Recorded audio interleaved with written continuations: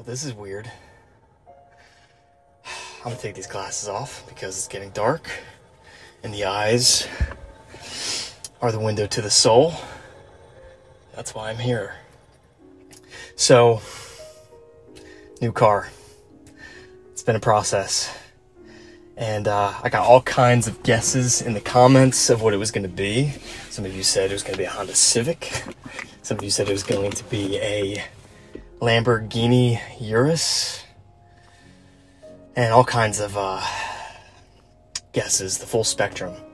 But I wanted to try the electric car thing. And I am a dad. So maybe that went into my decision a little bit. But yeah, here we are. And yeah, it feels different.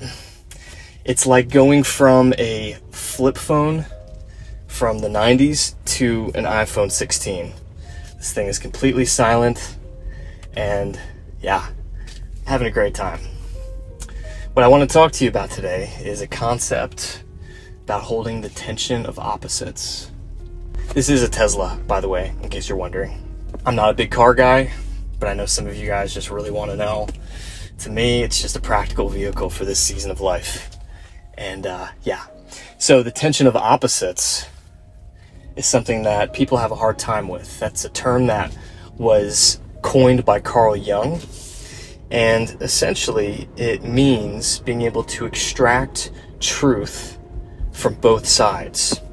Either both sides of an argument, both sides of a position. And in America, we are terrible at this, especially when it comes to things like politics and religion. And I don't identify as either conservative or liberal. What I do is, when either side has a bit of truth that I resonate with, I use my intuition and I tap into that. And I pick and choose what resonates with me. The ego has this urge, this desire to be as polarizing as possible, to commit to a side. And when you start to relinquish that part of your ego, you're no longer a prisoner to it. And a lot of people hate that. Your friends, your parents, people will push you to commit to a side because it wants that polarization. But I have found what's even more polarizing is taking your own path and saying, you know what, I'm not going to just agree to this opinion or position just because it's liberal or conservative or this religion or that religion. I'm going to think for myself, and I'm going to hold the tension of opposites. I'm going to extract the wisdom. And we can even say that about electric versus gas cars, for instance, right? A lot of people treat that shit like it's a religion. A lot of people are very anti-electric cars, or people that have electric cars, they're like, oh, like, gas vehicles are the old way, and you need to get on board and evolve. And I see the truth on both sides. I think if someone is a mechanic, or they just grew up really into cars, it totally makes sense for them to just love the sound of a powerful engine and, you know, all those elements, to have a reverence for those kinds of vehicles. And then on the opposite end, a silent electric vehicle, you don't need to put gas in it, and there's no gears, so you can just zip around. I can't believe how fast this thing is. I have made myself nauseated numerous times while testing its capacity of like how quick I could get to, you know, 60. And yeah, it reminds me that why I don't really mesh well with roller coasters anymore. Anyway, I digress. When it comes to religion, same thing. I was raised a very fundamentalist Christian, and a lot of fear was there. Oh, be careful. If you don't ask Jesus into your heart, you're going to go to hell. And I didn't question that. There was also an element of like, don't look into other religions, you know, because a lot of other religions are secretly created by Satan to make you lost. Or this is pagan, or that's New Age. And I was just, you know, you trust your parents when you're a kid. It's the idea of like when someone, like think of how oppressing that is when someone's like, don't you dare read this book, or don't you dare look into this philosophy because it's evil. People love that word, man. Even in politics, it's like either side. It's like, oh, you're Hitler, or you're this. And it's just like, you know what, let's take a step back for a minute. Hold the tension of opposites. Obviously, the side that you think is Hitler, they don't think they're Hitler. They think that they're the good guy. And the other side also thinks they're the good guy. This could also be said for the head versus the heart. So men, for instance, are very good at tapping into instinct, being very logical. I need to think about this. I need to see all the pros and cons. And then on the other end, a lot of women, for instance, they're very receptive to the more spiritual side of things. You know, they use their feelings a lot more. And this channel, this YouTube channel, is very interesting because I encourage you guys to try to listen from here as much as possible. Yes, we talk about cerebral, logical things from time to time. But at the end of the day, when I'm speaking to you, it goes beyond language. I'm trying to speak from that deeper place that comes from here, because intuition has served me in my life far beyond the puny human intellect, far beyond logic even. The mind is a fantastic tool, a fantastic servant, but a horrible master. It will make you suffer. It will make you see only darkness in this world. And so when you can sort of break free from that, that's why I'm always talking about things like meditation and tapping into the inner essence of who you are. And I believe that every ascended master in every religion, whether Jesus or Buddha or Krishna, they all were able to tap into that higher self, that intuition within them. And I'm going to give you an example of that right now. So I go on a ton of walks every single day. You know, it's part of my routine. I've been doing that for about, I want to say like 5 years or so. And at this current place where I live, this current apartment complex, you know, I have a certain route. The mind kind of latches on to a certain routine where you're just like on autopilot.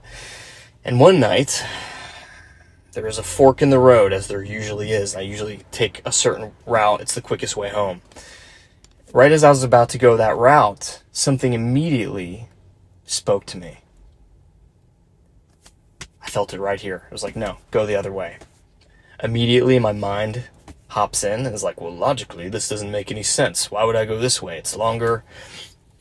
And I prefer this other route a lot more.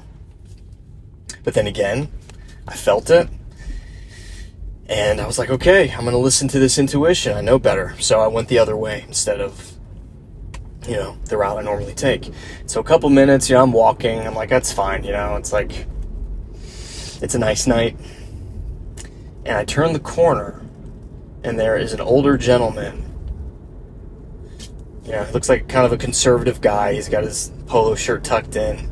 But he is on his hands and knees in the grass in front of his house. And I was like, what's going on here?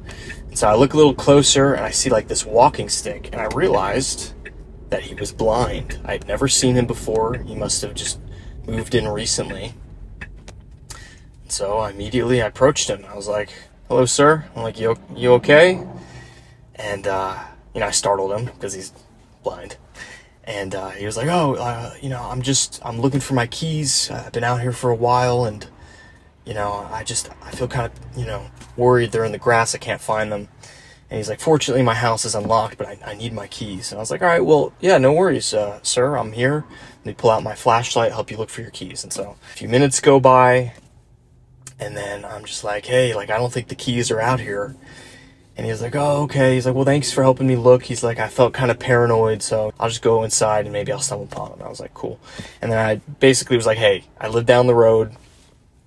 Here's my phone number, okay? If you need anything, just text me.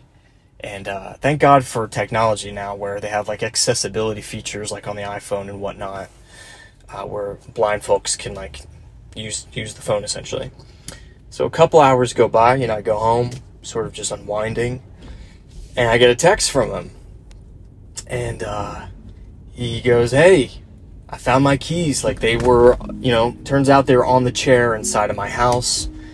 "Thank you so much. I feel like I probably would have been out there all night if I hadn't had someone like help me out." And then I was just thinking about that moment between those crossroads. There's nothing about the mind that can predict the future or lead you down a path.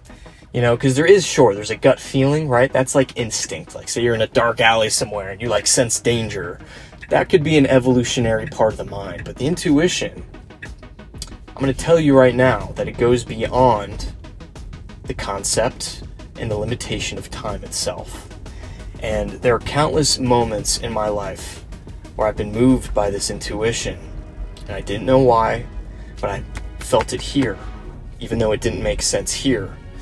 And it led me to either protecting me from something or leading me to some kind of beautiful moment of being able to help another person and be of service in that way. So, I've said a lot of things, but yeah, the tension of opposites. It's very easy for men. There's a lot of masculine content out there in terms of like, be careful of this because women are like this and the world's like this and you'll get fucked over. But the intuition's more powerful than that, man. I'm going to tell you that right now. And nobody will tell you that. There are very few men in the masculine self-improvement space. Like, what dude's going to be like, "Hey, tap into your heart"? Because most men are afraid to do that. And I have gone down the rabbit hole of that for enough years now. I've done the self-work, I've done the meditation, I've done the journaling, I've done the plant medicine ceremonies and whatnot. And man, it's almost like if someone were to have like a near-death experience and come face to face with like a higher divine truth, and from that kind of know who they are on a deep level, at that point you'd be like, all right, let me learn how to translate this profound experience into human language as much as possible. And that's where I'm at, because everything you want in life is not on the other side of an achievement. For a brief moment, if you achieve something, the mind will quiet and you'll feel like this sense of peace and like, oh, I've arrived. But then it fades away very quickly. The caveat and the trick is the fact that all of those experiences and feelings already exist within you. And so, peeling back layers, learning how to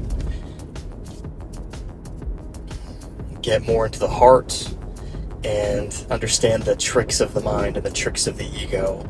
And in life, hold the tension of opposites. Don't dedicate your whole life to a certain political party or a certain religion where it's like, and here's the thing, there is truth in all religions, so I have a reverence for all of them. And I do talk about Christianity a lot because I know more about the Bible than most pastors and most so-called Christians, because I was raised in it. I'm 36 years old, and I want to say from the moment I was 6 years old until maybe 5 years ago, I was immersed in it. I've read the Bible through and through. I went to Christian school. My parents, that's all they talked about. And so I have very different interpretations now of those scriptures. When Jesus was talking, he was talking to ancient people from 2,000 years ago. They didn't know what science was. They didn't know what a lot of things were. And their language was very limited. That might be triggering for you. Hold the tension of opposites. Hear the elements of truth here, okay? And it takes courage to do that. It really does. Because once the ego latches onto a certain position, to question that position feels like a form of death in a way. So yeah, even getting rid of my old Toyota, some of the comments, people were kind of triggered. They're like, how could you get rid of this sentimental vehicle that your father left to you? Like, at least keep it, put it in a garage somewhere for sentimental reasons. And it's like, brother, I have relinquished the identification with that story. And I still talk about it because I know it's relatable. You know, because we all really latch on to stories and things, but there's a power in letting go of all of that. So yeah, new car, I could feel that this person next to me is staring at me right now. Yeah. I've got like a whole film production here on the hood of my car, so it makes sense, and it's very entertaining. If I wasn't me right now, I'd be like, what the fuck's going on? Like, what's that guy doing? But I enjoy it. It's fun. Let me know in the comments if you have any thoughts, any questions. I do offer mentoring and coaching at this point. I've been doing a lot more one-on-one coaching because I've found that that's where people are getting the most results. A lot of my clients are men who have a lot of external results but have little to no inner peace. And you can gain the whole world and lose your soul. And I've learned how to navigate that. And so working with guys who are seeing results in their life where they're able to find that inner peace, find that inner knowing to where they can finally enjoy their external success or outer trappings while not being so attached and identified with them, can change your life. The suicide rate is 80% men. And yeah, I've been at that place of suicidal ideations and things like that, and that is what kind of fuels my mission here. It's what led me to start this channel. There is a community. It's called the Conscious Men Community. It's like a monthly cost. It's a fraction of the cost of one-on-one coaching, but I haven't been pushing that as much because, yes, there are guys in there who are seeing results, but not to the extent of the one-on-one clients that I have, man. Because when you financially invest in yourself and the mind gets on board with going all in on healing inner trauma and doing the work, it's very powerful. So if that interests you, link in the description. If not, no worries. This channel is here to support you. I've got tons of videos.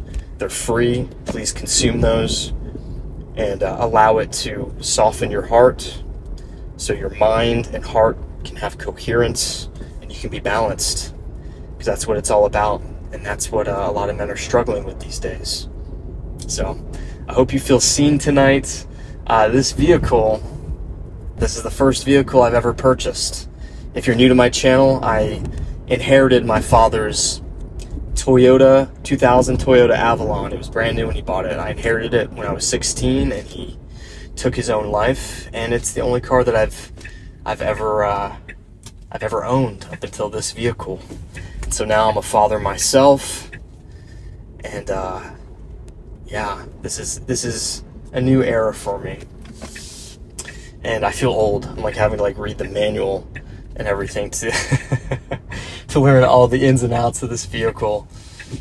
But yeah, it's been a lot of fun. Let's see here. Let me see if this car will park itself. Let's do this. You are loved, you matter, and you've barely scratched the surface of what you're capable of. I end every chat with that because that's what I told myself when I was going through the dark night of the soul that I went through. Yep, look at this. Oh man, technology is weird. Hope you have a good night. As I figure this thing out, I might trade this in for a different color. I still have the option to do that. I might trade it in for a white one instead. Let me know in the comments if you prefer this color or you think that a white one would be a better aesthetic for my vibe. Either way, having a lot of fun. Hope you have a good night.